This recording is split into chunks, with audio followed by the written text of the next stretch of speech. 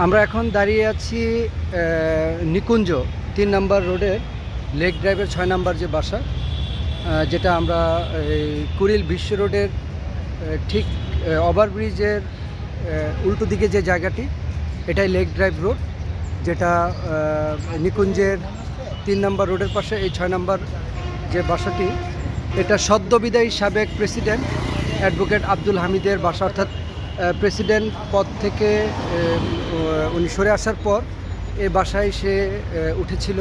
এটা lake drive বাসা ৬ নম্বর যে বাসাটি, এই বাসাটি আগে আমি আরও কয়েকবার এখানে এসেছিলাম। তখন এখানে কয়েক স্তরের সাবেক প্রেসিডেন্ট হিসাবে সে কয়েক স্তরের নিরাপত্তা ভোগ করেছিল।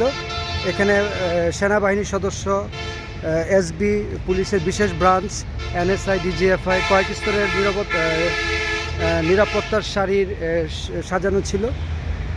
এটা আমরা দেখলাম যে তাদের একটা সিকিউরিটি রুম হিসেবে এটা প্রতিষ্ঠা করেছিল। এই বাসাটি এখন বলা চলে অনেকটা শুনশান, নীরবতার পালন হচ্ছে।